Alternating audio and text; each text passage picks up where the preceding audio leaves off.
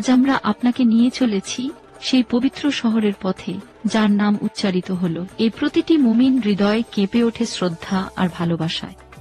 Medina, আমাদের প্রিয় নবী হযরত মুহাম্মদ সাল্লাল্লাহু আলাইহি ওয়াসাল্লামের প্রিয় শহর। এই শহরেই জড়িয়ে আছে ইসলামের মহামূল্যবান ইতিহাস।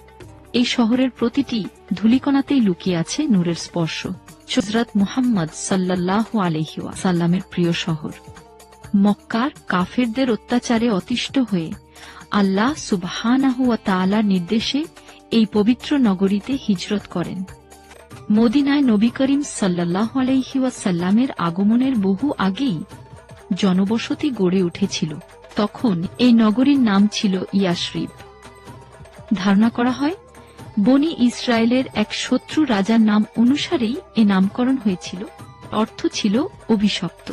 622 খ্রিস্টাব্দে নবীজি সাল্লাল্লাহু আলাইহি ওয়াসাল্লাম ইয়াসরিবে আগমন করেন। এই নাম পছন্দ না হওয়ায় তিনি এর নাম রাখেন আল মাদিনা আন নবিয়া, অর্থাৎ নবীর শহর।